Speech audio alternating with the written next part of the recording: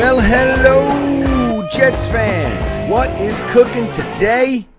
Here we are, man. Midweek.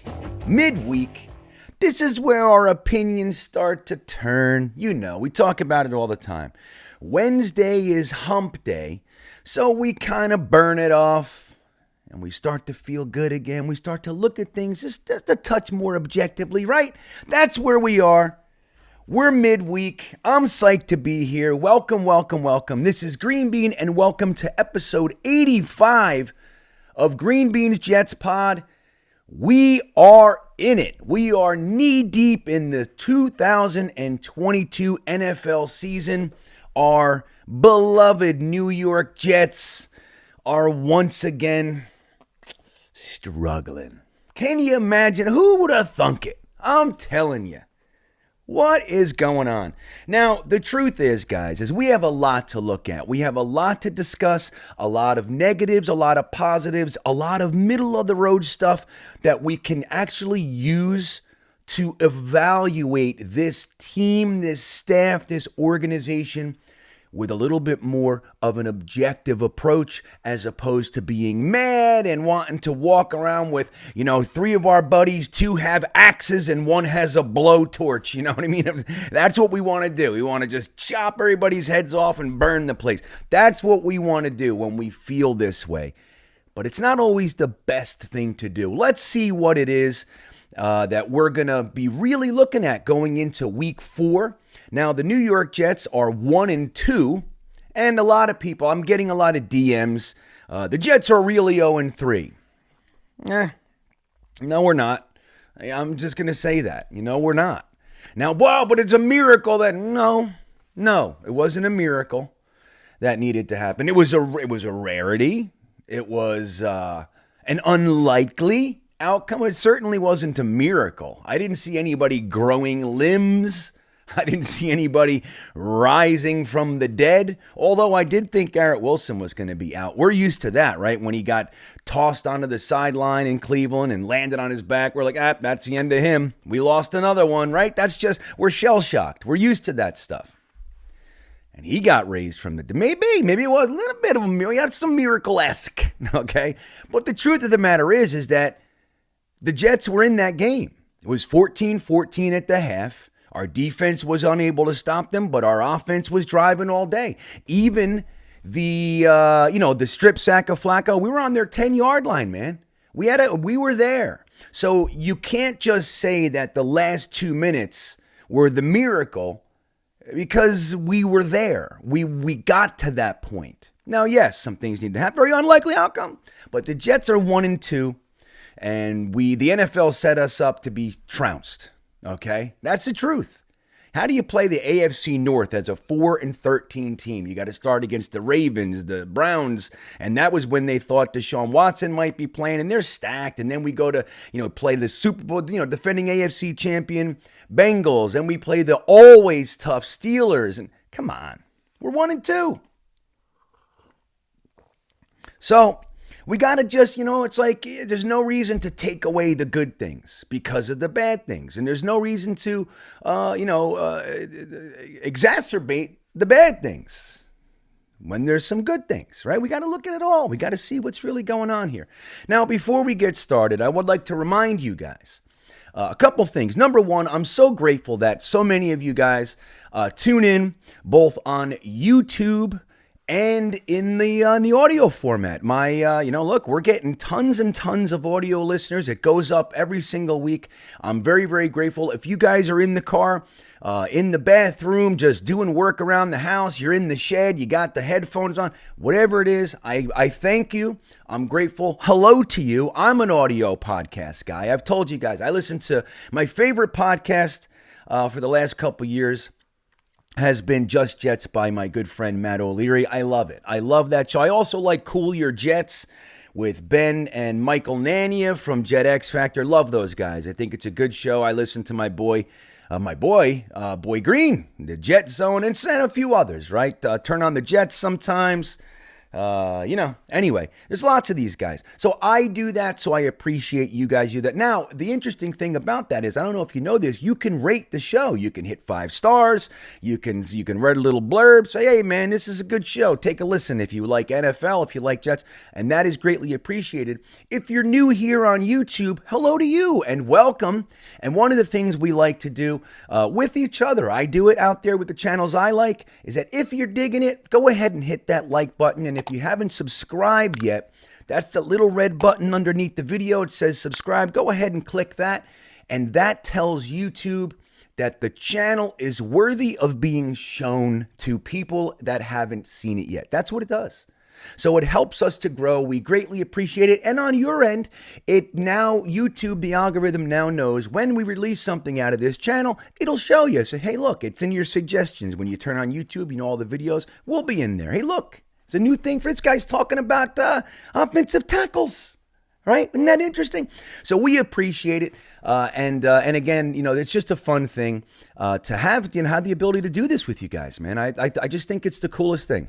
So another thing that you can do, we have an extension. We have an extension of the channel, which is the Beanbaggers. And that's a group, an ever-growing group of men and women that have private access to me. We talk all the time. We do weekly live streams after the game, private little chats. We commiserate or we celebrate, whatever it might be, together without the noise of 500 other people. It's just usually like, 8, 10, 15 of us in there. And we do that once a month. We get together and watch classic game live streams. If you're listening to this on Wednesday or watching it tonight, the Beanbaggers are going to be reliving the Monday Night Miracle. If you're a Beanbagger, that'll be tomorrow because you get this podcast early as well. If you're a tier 2 and 3, you get to see the podcast every week a little bit earlier than everybody else with our early release benefit. So it's a fun thing. If you want to do that, you want to jump on in, the link is in the description of this very video. Go ahead, click it, see which tier makes sense to you, and come on in. We'd love to have you, and it is greatly appreciated because it supports the channel, man. It keeps us going. That's the truth of it. So the more support we get, the more time we can put in the channel. So we are at episode 85. We made it all the way to 85. What is this? Crazy. I remember episode 1.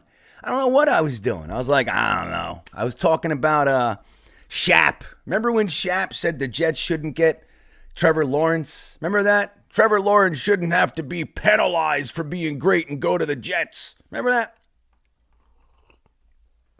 I was mad. So I made a podcast. That's how it started. But here we are, episode 85. And one of the things that we like to do, we start every episode with what number 85 is right now. Now, a lot of people think of Wesley Walker, right? A lot of people think of Rob Moore has another 85. And maybe you think of some of these lowly tight ends over the years that have worn number 85. But today, we have a number 85 on our team. And I'm willing to bet that most of you don't even know who the hell it is. Can you think of it? Who is it? Take a guess. Come on. You know who it is? You don't. I knew you didn't. It's funny. This is a guy, number 85 on the current roster of the New York Jets, is a young man, 30 years old, named Deante Spencer. Did you know that? He's on our practice squad. He's a 5'8", 170-pound return man / wide receiver. And it's interesting, 170 pounds is light. And we had one of those guys at one time, remember? We signed him as an undrafted free agent at a Wake Forest. We even put him on One Jets Drive and talked about the adversity of being such a slight man trying to make it in the NFL, how the odds are stacked against him. Everybody said, oh, I love him. And now he's over there with the Cardinals lighting up the world, man. Greg Dortch. Remember him? Dude, he's a legit NFL player, and a lot of us loved him. A lot of us we loved the potential. We loved the story. And he was one of those guys, he worked his ass off. He was given 100% on every play. Well, the Cardinals recognized that. The Jets did not. and he's making good over there. So Deante Spencer's our number 85 right now, and what do you think about this guy? Currently on the practice squad. Really what he's here to do is potentially add to the return game. Punt returns in particular, but he does do kick returns as well. He came out of McNeese State. You ever heard of that? I haven't. I don't know where that is. He was an undrafted free agent in 2014, signed by the Rams, quickly released, and he went and spent a large portion of his young career in the Canadian Football League. He played for the Argonauts and another couple of teams. He played like 4 years up there in the CFL. And the last 2 years, he's been playing for the Broncos. He has a total of 10 receptions for 54 yards, but he also has a 9.8 punt return average and a 21.4 yard return average in the kicking game. So kickoffs and such like that. We signed him September 6th, cut him, and recently just signed him back. We cut him for when we signed the punter, when we got nervous about Braden Mann, Shankaloonie Manooney. We got nervous. We signed Ty Long, I think it was, or whatever. And then so since then, Braden Mann has settled down, and we signed Deante Spencer back on September 20th. Now, what does that mean? I don't know. But he's here. He's here. Currently, we have Braxton Berrios manning those positions, so who knows what it is. But that's our player profile. An interesting young, not really that young, he's 30 years old, but a smaller guy who could potentially be an asset later. I mean, we got to stop giving up on these guys, right? And we're going to talk about that in a little bit. Lots of people want to give up on lots of people, and we shouldn't have given up on Danny Woodhead and Atari Bigby and Greg Dortch and all these guys, man. Sometimes you got to give them a couple years. Sometimes you got to give them a couple years. Like we have our Kenny Yeboahs on the practice squad. We have now Deante Spencer. We have guys like Grant Hermans, who I think should probably be elevated. We'll get into the tackles in a few moments. But sometimes, man, it just takes a few years. And Jets fans, we like to call these guys busts. If year 2, year 3, this guy sucks. It's like, well, if we would have kept Greg Dortch around, you know what I mean? Maybe he's out there shredding D's for us. Who knows? But anyway, that's our player profile for the week. And now let's dive right in, right off the player profile high dive, right into the news of the week.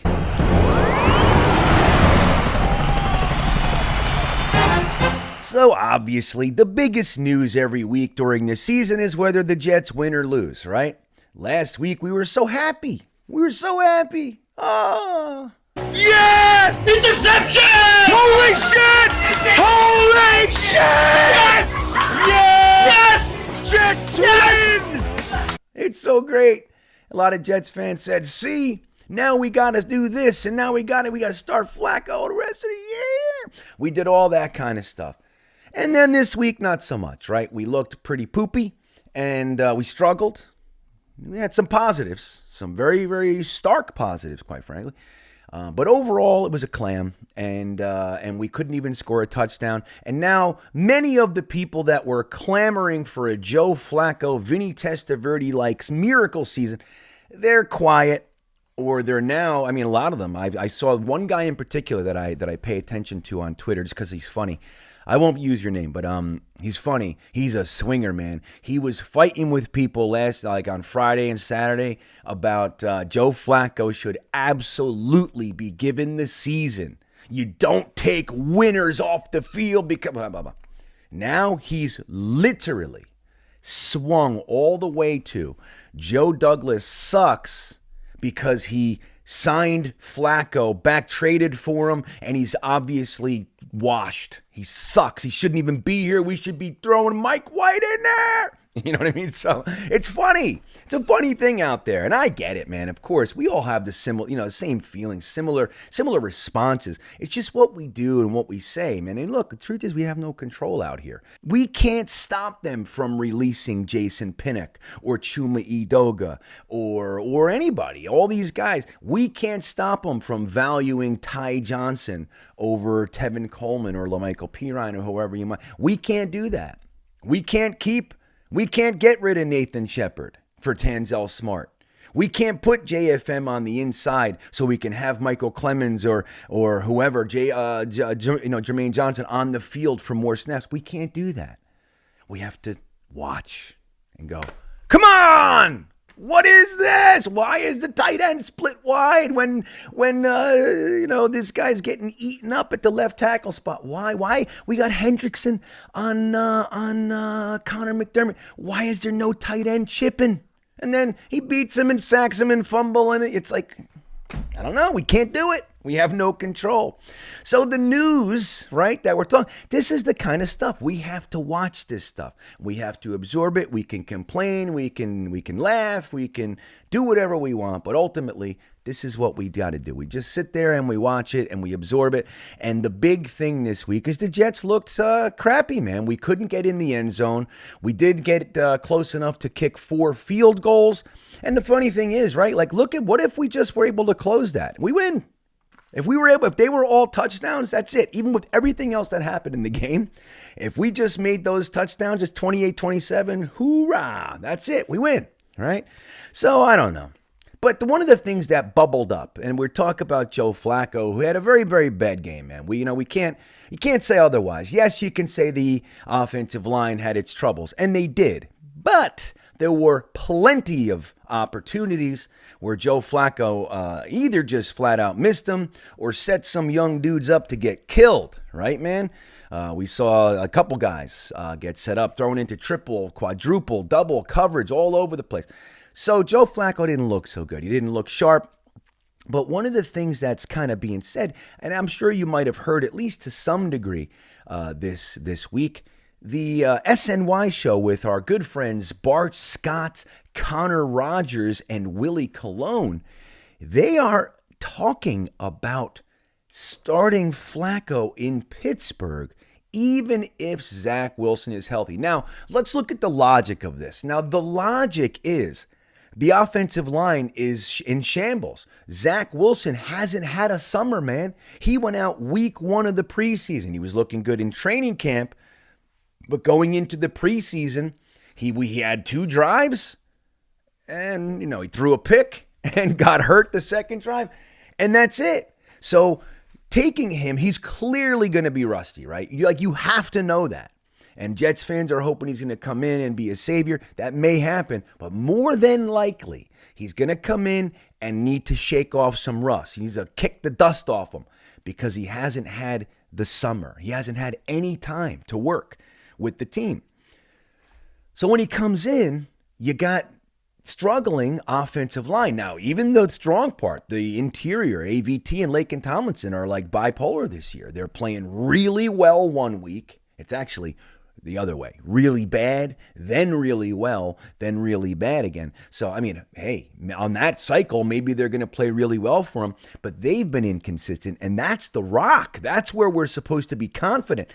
Obviously, all the injuries on the outside are, at bare minimum, we have question marks, right? So Max Mitchell, the rookie on the right side, gets thrown in way earlier than we were planning to utilize him and his skills. We wanted to develop him, right? But he's playing well. He's playing really well. He's been a nice surprise for many people. A lot of us liked Max Mitchell. We talked about him before the draft, and, he's one of the offensive linemen that we like. He's a mid-round pick. We liked him as developmental.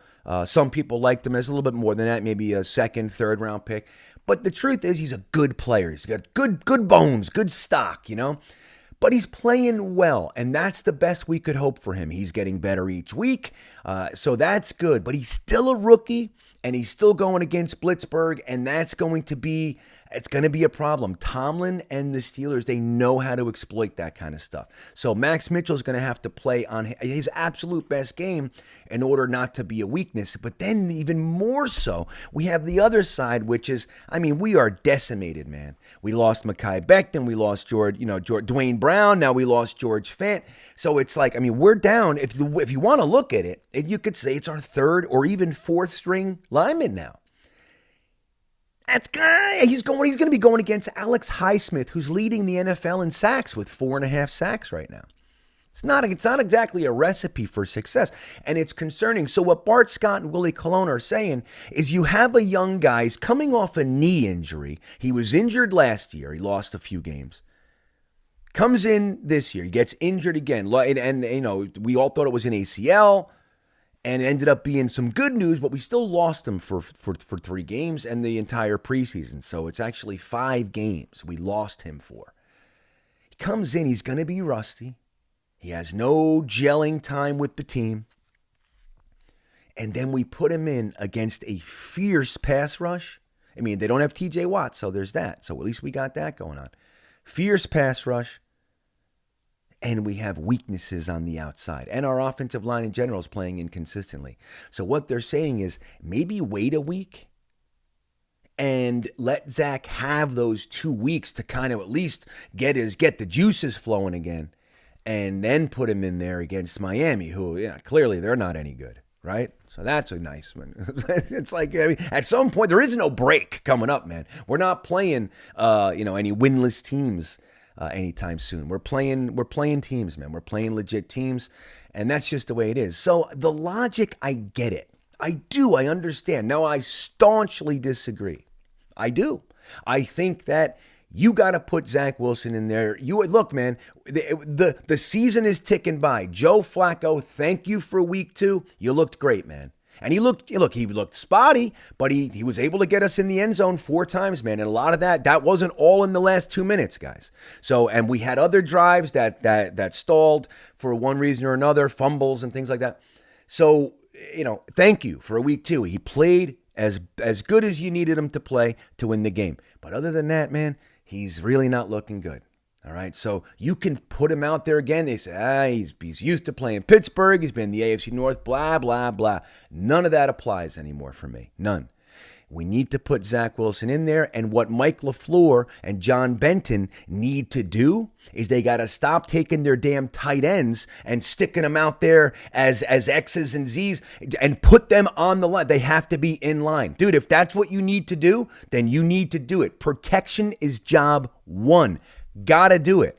Run your 12 personnel. Put Breece Hall or Michael Carter in there. Put CJ Uzomah or Ruckert and Conklin. Put them on the line. Let them stall by chipping these defensive ends. ABT and Laken Tomlinson and McGovern, they got to pick up the inside. Whatever's going on, you got to be able to do that. And you give these young, inexperienced tackles all the help you can. You let the tight ends come out as safety valves. Who cares, man? If that's what Zach does all day long, 5-6 yards to the tight end, so be it. So be it. You keep Michael Carter or Breece Hall back there. Whoever's popping through, let him get a little chop on him, peel out. He's a safety valve. If that's what we have to do, that's what you have to do. Nothing happens without protection, and that's what we need to focus on. It's that simple. You have the tight ends. They're all good blockers. Ruckert is damn near devastating as a blocker. Conklin is a very strong blocker. Not one-on-one on the ends. You don't want to be setting Conklin up to be one-on-one against Alex Highsmith, but coming from the outside, chipping him inside to McDermott, those 2 guys should be able to at least slow him down enough to get 3 seconds so he can complete a pass. And that's what you have to do. You put Zach Wilson out there. That's my thought. But there's a case. There's a case to be made. That, to me, that's playing scared. Once you start playing and governing your actions due to fear, it's a problem. It's over, man. In my opinion, when you play scared, you lose. That's the way. So I disagree with those guys. Another thing that happened is DJ Reed came out and said some things. Now, he said all kinds of comments. Talked about a meeting. We need a team meeting and all this jazz.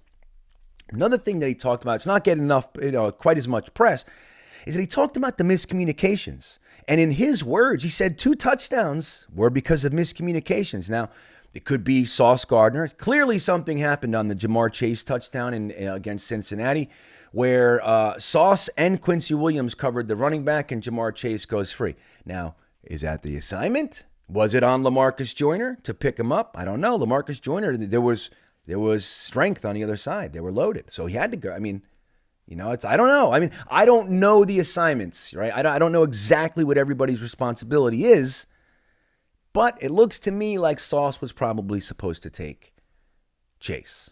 And he didn't. So what is the reason for it? So DJ Reed brought that out and his comments, and he's saying there are some problems here. Especially just in the back end, most importantly, we're having mental errors, which we can't have. Like, teams are too good. So, I mean, they had a touchdown, okay. There's man-to-man, they had a touchdown. Clap it up. Like, that's 7 points. But, like, the other stuff is mental errors. So, like, we got to make it simple so we can stop having mental errors, or we got to communicate more. Whatever the case may be, we got to get it fixed. I know it wasn't your side, but the mix-up between Sauce and Quincy on the other touchdown, is that an example of what you're talking about? That's one mental error, yes. Yeah, I mean, when that sort of thing happens, it's like the second week in a row. I think you're giving away a touchdown. Is that like the most frustrating part? Yes, that's the most frustrating part. Is just we're not giving a team a chance to beat us by just out-executing us and doing stuff. It's us just giving them stuff, which we're in the NFL. We can't afford to do that. Teams are too good to be doing that. So, like, we got to get that fixed ASAP. Simplify. Did you hear that word? I don't know if we need to simplify it. Simplify. This is one of the gripes that we had last year, man, with the offensive line. That was a huge one. Why can't these guys pick up stunts? Why do they not know their assignments? It took them till week 5, week 6 to even look like an NFL offensive line. They were lost. Why? Because it's a complex system. Well, how about this? How about incrementally adding the complexities, making sure that what they understand is secured as a foundation, and then we can build upon that so Zach Wilson or whoever the hell's back isn't getting crushed. 1.7 seconds. We saw that. The other thing is we now know, LaFleur said as much in this, this offseason. Last year, they threw the book at Zach Wilson. They gave him the whole damn playbook. They didn't give him a piece and make sure he's comfortable with it. And look, there's an argument for that logic. Me personally, I don't like it. I think that you should get someone comfortable with what they know and use that and just build off of it. Get them comfortable. High percentage pass plays. Run plays that are simpler, quicker. Get people in a rhythm. He's got 1,000 plays in his playbook, and he threw them all, and they look lost. They'll get it. Okay, maybe. But here we are. We're going into game 21, and people still look lost. So what DJ Reed is talking about, he's saying, look, the coaches, the players, we're all at fault. But something needs to change, and maybe, just maybe, we need to simplify things because our communication is off, and we don't know what the hell is going on. So they're lost. That's a problem. I want to applaud DJ Reed for having the balls to say that, man. Because, so look, man, we have problems with personnel. I'm really not a fan of how Joe Douglas has handled the tackle position this offseason. Now, I'm fine with going into the to the draft, and you got Fant and Becton and you got Chuma, and okay, it's fine. Use a 4th round pick on a tackle, that's great. Once Becton went down, he needed to aggressively be out there bringing dudes in. We go and we grab Dwayne Brown. He was probably never going to play for us, it looks like. I mean, what these guys, $20 million ghost. You know what I mean? So who knows? Maybe I'm wrong. But even when Dwayne Brown went down, like, where's the help? I mean, usually aggressively. I would bring in 3 tackles, man. 3 of them. So I don't like that. But you cannot argue. You can't do it. That this team's talent level has been raised significantly from the last 2 or 3 years. There is no denying it, whether you're talking about cornerbacks, edge rushers, defensive tackles, wide receivers, tight ends, offensive line. It doesn't, the team talent has been raised. You cannot raise the talent to this degree and still have the identical results. That's a problem. So DJ Reed going out there and saying that, in my opinion, is worthy of praise because not everybody's going to do that. And DJ Reed is kind of rising through the smoke as a leader. And we need some damn leaders. We need vocal leaders. We need guys who are going to stand up and not just stand up and scream at people. And, Quinnen, I don't know, buddy. But it's indicative of a problem, whatever it is. The fact that Quinnen Williams is on the sideline yelling in the face of his coach, heat of the moment, I get it. And hug it out, I get that too. But that's the tip of an iceberg, guys. That's something. There's something going on in there. People are not happy with the schematics. I'm telling you, that's just, I don't know exactly where the problem, I don't know. But these are windows in. The curtains are moving, and we get to peek through the windows, and we're seeing problems in there.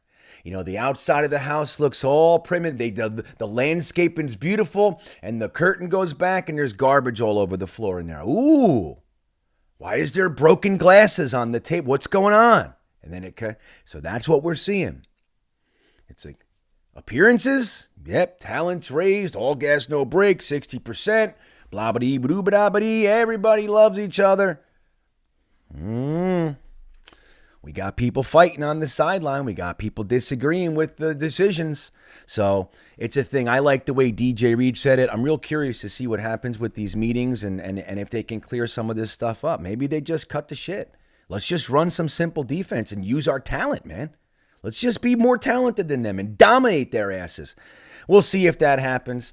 It's pretty good though. But look at the penalty. He talks about mistakes and stuff. You look at the penalty with John Franklin Myers. I mean, look, the guys. This game, while it felt like I had people say the game was over at halftime, it's not true. The game wasn't anywhere near over at half. I know it felt like that because it seemed uninspired, and at that point, the defense wasn't able to do anything. Dude, the defense came out in the second half, and they played great. They gave up 7 points with no help from the offense. They gave up 7 points in the whole second half. That is giving our offense more than enough ammo to come back. It's more than enough. It's a 2-score game, right? But you look at that JFM thing on 3rd and 9. If that play doesn't happen, and let's just say we get the ball and we get another field goal, right? Even 3 points. That's a 10-point swing. It's 10 points right there alone. Just like that. Now, we were able to drive to field goal range, so it's not an unrealistic thing. And that's the kind of stuff. You look at the Corey Davis penalty. You look at the LaMarcus Joyner head-to-head, helmet-to-helmet hit. Like those kinds of things. Guys, if we were able to mitigate that stuff, remove it from the picture, it is an entirely different game. Now, the offense was inept and all that. So if that's what we were playing, more than likely we still lose the game. But it doesn't look like that. You understand? You got penalties and giving them the ball back and missed tackles and touchdowns and Quinnen's yelling at the coach and there's miscommunication as Jamar Chase is running free into the end. So all those kinds of things.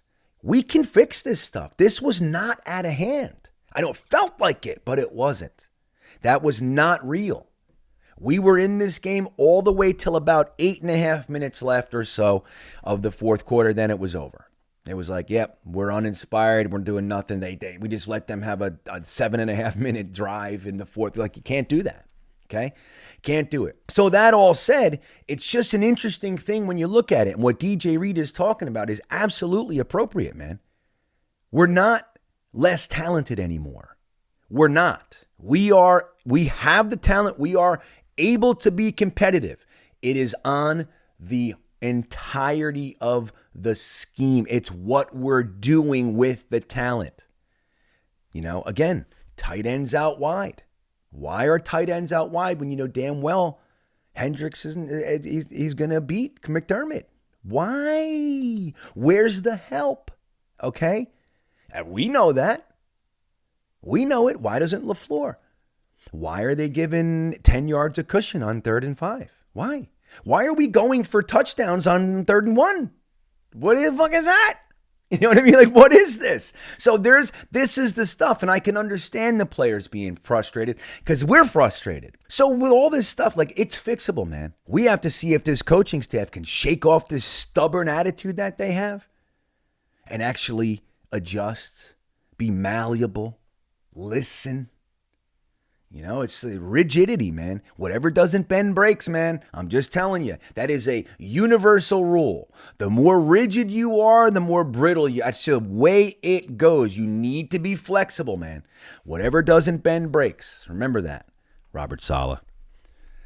Okay, so that's the thing. Now, the good news is, guys, is that we did go out there this week and we brought in a tackle, a veteran tackle, no less. Now, we're not talking about a Pro Bowl tackle, right? We know that.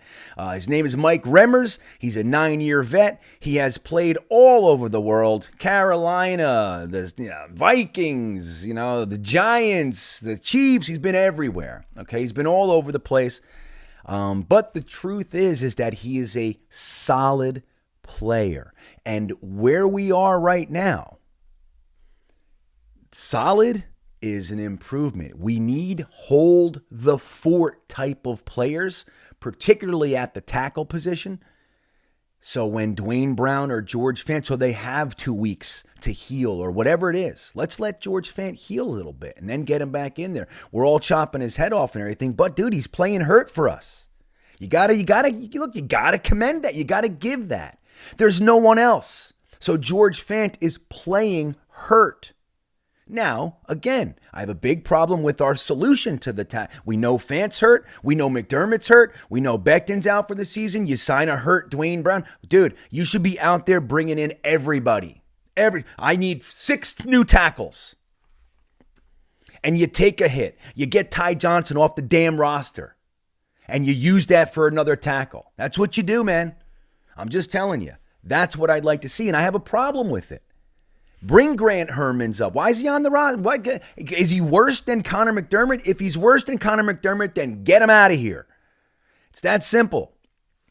So I like the signing of Mike Remmers. I'm hoping that maybe he can be ready in 3 days. But LaFleur's like, here's your playbook.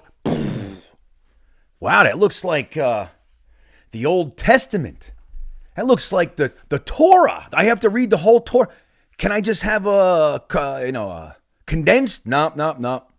Learn the whole playbook, and then we'll talk. It's like, what is this? It's like the Mims thing with you got to learn 3 positions before you can play. Okay. Yeah, I've heard of that. That makes tons of sense. So who knows? Maybe I'd like to see them give him a condensed. Let's simplify the offense for Zach and for Mike Remmers and the guards and Max. Let's simplify it and just let's outman them. Let's beat them. Let's beat them in the trenches and let's get 4 yards a clip. This is the 4 yards a clip day. You heard me say it 100 times. 4 yards a play wins the game. Every single time. It keeps their offense off the field, and it's a first down every third down. 1st and 10, 2nd and 6, 3rd and 2, first down. That's the way it goes. All the way down to the end zone, 8, 9, 12-minute drive, and then you do it again. Defense is all rested. Let's do that game. 12, 22 personnel, as much protection as you can get, and just focus on getting 4 yards. That's it. We do that. We walk out of Pittsburgh with a victory. Don't worry about throwing 18-yard, 34-yard passes down the sideline to Elijah Moore. Don't worry about it. Don't worry about it. Bring in your max protection. Bring in your big-bodied wide receivers. Sit Jeff Smith. Sit Berrios. Bring in Mims. Use Mims and Corey Davis, who are both pretty damn good blockers. Use those guys out there with Uzoma, Ruckert, Conklin, Breece Hall, Michael Carter. Let's go out there and lump them up and get Mike Remmers on the field because it's a simplified offense, and we're just saying, hey, by the way, we're tougher than you, we're better than you, and we're going to beat you this way. That's it. And then when they do 8 in the box, 9 in the box, then you toss it over their heads to Elijah Moore. That's what you do. Okay? So that's that. But I'm telling you, Connor McDermott against Alex Highsmith because it was giving me nightmares. It's freaking me out, man. So that is the news of the week.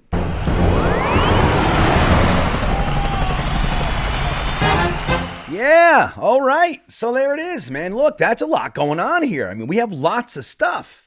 And then we got other guys injured. Quincy Williams, we got some good news on Quincy Williams, right? But it's still a high ankle sprain. Those things linger for years.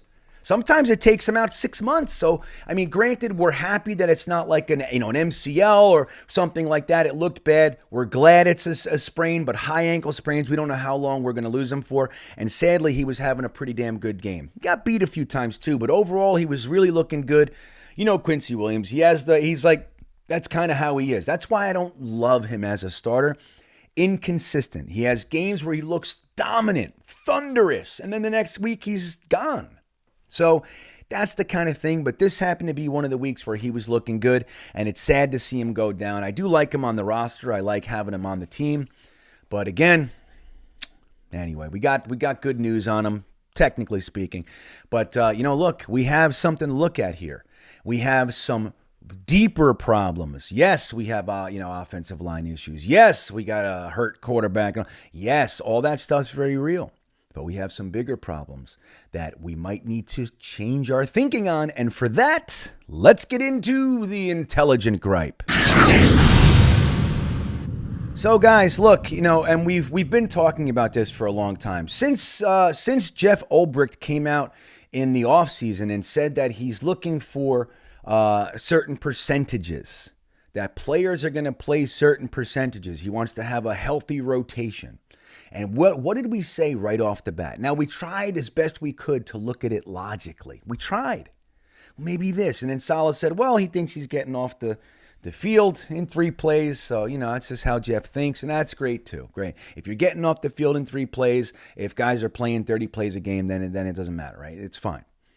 But it's not happening. The Jets are on the field all damn day, the defense. So, when you're taking your guys out for the spirit of rotation, that's not so good. Now, let me tell you guys a story. You see this right here? This is one of my old football teams. This is a football team I played on for 8 years, whatever the hell it was. I got a rat tattoo and everything when we won the championship. And I was a defensive end on this team. And consistently, I would get 2-3 sacks a game, couple tackles for a loss, all the stuff. All right. I was a very, very solid, probably more than, I was above average defensive end, probably the best in the world. Maybe. Okay. I used to yell things like, I'm unstoppable, that kind of shit. All right. No one can stop me. I know what I used to say. This side's closed. That's what I would say. So anyway, I was a very, very consistent performer for years. And then the coach, the leader of the team, he wanted to bring on some guys. There was another team that was folded, and there were some really good players, and we had an opportunity to get them. So he wanted to bring them on. 2 of them happened to play defensive end. So we have this 3-man line. We're dominant. We're so good together. But they want to bring in these guys. So now we got to rotate with these guys. Then we have an opportunity to bring. So now at some point we have 3 men rotating at each position. We got 6 solid defensive ends. So they're taking me off the field. Now the guys going in, they're fine, but they're not me. They're not getting 2-3 sacks a game. They're not getting 3 tackles for a loss every game. They're not doing that. Now, meanwhile, they have some guys on the offense that, quite frankly, suck. Some of them might even be relatives of the leader. And their jobs are secure. You see what I'm saying? So I know what this is like. It's very frustrating. And I would say all the time, why are you taking me off the field, man? This is crunch time. This is 4th quarter. I got to do my job. Nope. Let's go. Rotate. And I got to run off and watch somebody, in my opinion, who is lesser player come on for the spirit of rotation. And quite frankly, my friends, it's complete horseshit. And that's what we're seeing here. Now, if you had 8 guys that were absolutely, unequivocally on the same talent tier, and you want to rotate them, no matter what you do, there's never a drop-off, fine. Do you think that's what we have? Do you think going from Quinnen Williams to Nathan Shepard is a par move? Do you think that's a parallel? Do you? I don't. Do you think when you have JFM on the outside to bring in Nathan Shepard and Solomon Thomas, and you have Jermaine Johnson, Michael Clemens, all these off the field, do you think that there's not a drop-off? There's a drop-off, man. So what we're doing right now, even though guys like Quinnen and Carl Lawson are getting the larger share of the percentages, which is fine. Yeah, at least we have that. But the truth is we're taking our best players off the field for their spirit of rotation thing. Now, look, if it's working, we saw it with the Philadelphia Eagles in their Super Bowl run. It was working. It was still lopsided, but it was working. I would have no issue. I didn't like it from the minute I heard it, but As much as I tried to make logic out of it, I said, that doesn't sound right. And nobody thought it sounded right. Every single one of us, whether it was O'Leary or Ryan or Nania, everybody came out and said, we don't like this. We don't like it. And now we're seeing it. Now, interestingly, the defensive line is rotating. Now, we have some weaknesses on this defense, namely free safety. Free safety is a weakness. We've seen it week in, week out. We have watched it be a weakness, whether it's miscommunication, whether it's missed tackles, whether it's sheer inability to athletically keep up with the guy you're responsible for. We have seen that weakness. Did you guys know there was only a few players that played every single snap on defense? Did you know this? Let's see. We had 4 players. One was C.J. Mosley. Makes a ton of sense. He's flying all over the place. He had 12 tackles and everything else, right?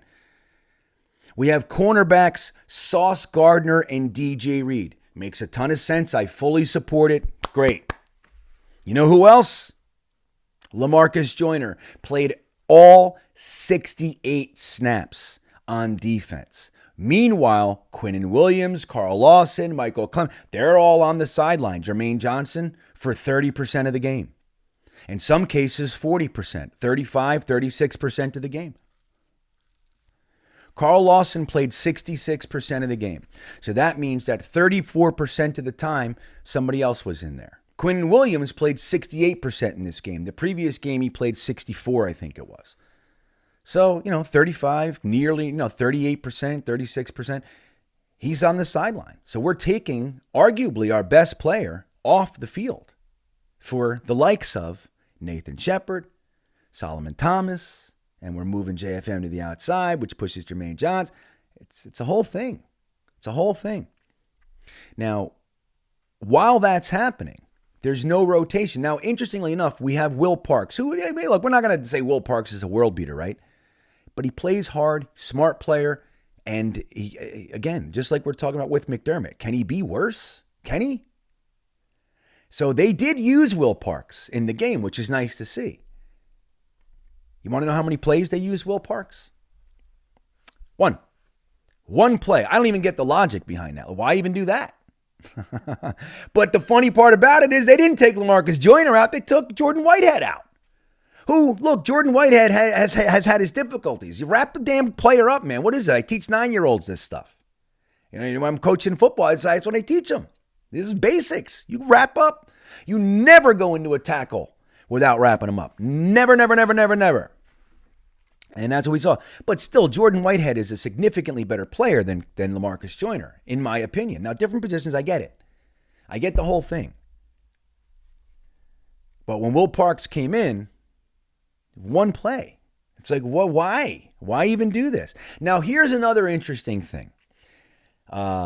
Michael Clemens, who is, look, 4th round pick, the whole thing. He's playing sparingly. Okay, Michael Clemens. Let's take a look here. Michael Clemens played 28% of the snaps, which equals, comes down to 19 plays. In 19 plays, he had 3 tackles, with one of them being for a loss. 19 plays. Now, for argument's sake, Carl Lawson played 45 plays and had 0 tackles, 0 sacks, and 0 tackles for a loss. So this is the thing. I applaud, committing to someone. I do. I applaud when you don't just throw the baby out with the bathwater kind of a thing. Panic and overreact. I applaud that to a certain degree. I do. You don't want coaches to swing back and forth. Get out of here. Oh my God, get off the bench. You don't want that kind of madness. At the same time, man, you have to be able to evaluate what's going on in the game. And you don't stick to an overarching theme which supersedes what you're seeing in front of your eyes. If someone's playing well, someone's playing hot, you put them out there. And you don't take them out because Jacob Martin's pouting on the damn sideline. When do I get in? I thought I was going to rotate. That doesn't matter. You keep Michael Clemens out there because every time he goes out there, he's collapsing the side of the line that he's on. He's pressuring. He's making tackles. He's disrupting the play. Maybe he should play 50 plays. Maybe that. Maybe he comes away with 2 sacks, 3 TFLs, and 4 other tackles and 8 hurries. Who knows? We can't see it because he's out there 19 plays. So who knows? You know? And this is kind of the thing. Guys, I'm not pretending to know the inner workings of the team, but whatever is going on is not working. We were the 32nd ranked defense last year.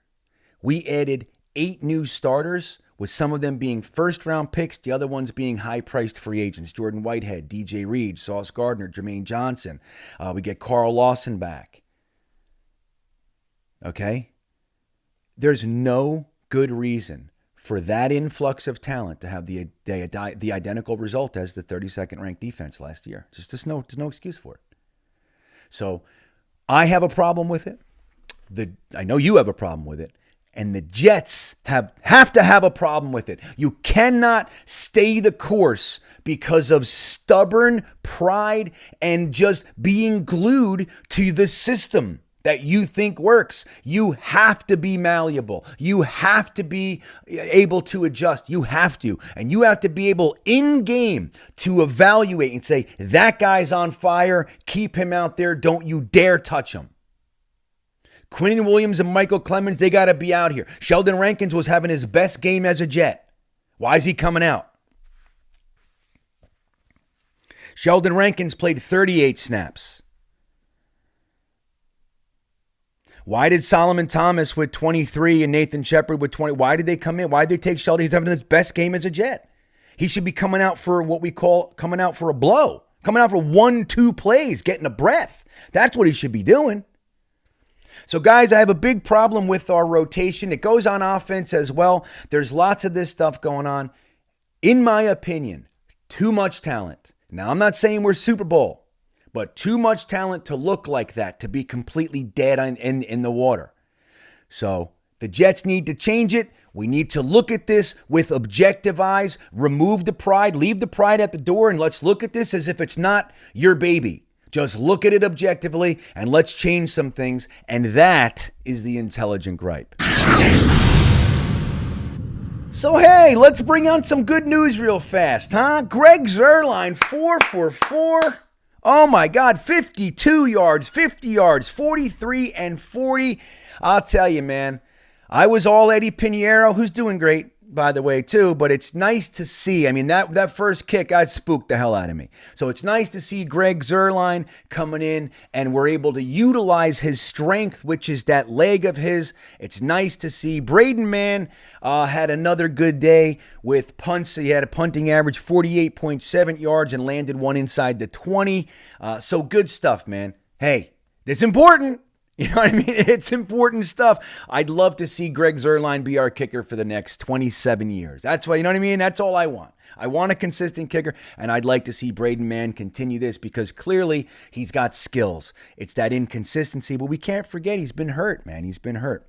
So anyway, that's some positives. Jamian Sherwood, we might see some Jamian Sherwood coming up, guys. He's been playing well on special teams. Let's see him get elevated to the defense now because I think he looked really good in preseason, and it might be time for the Sherwood of impact. Let's see how that goes. Get some youth. Get some young burst of juice in our defense. That can't hurt. And guys, I'm happy that the Jets are at least address. It looks like the players, man. It's unacceptable. We're not waiting until week 10 to talk about it. It's week 3. No. And I like it. I'm with it. In my opinion, the Jets can beat the Steelers. Will they? With a jam-packed Heinz Field or whatever the hell it's called now? I don't know, man. I don't know. I just don't know. But we can. You got to keep that crowd silent. 4 yards a clip. Simplify the offense.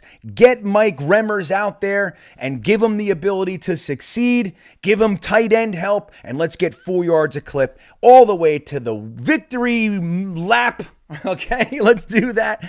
And guys, I thank you for being here. Once again, I do appreciate all of your incredible support. I also put a link in the description if you want to save on gas. They're not paying me or anything like that. It's the best app in the world. I've saved quite literally thousands of dollars on gas.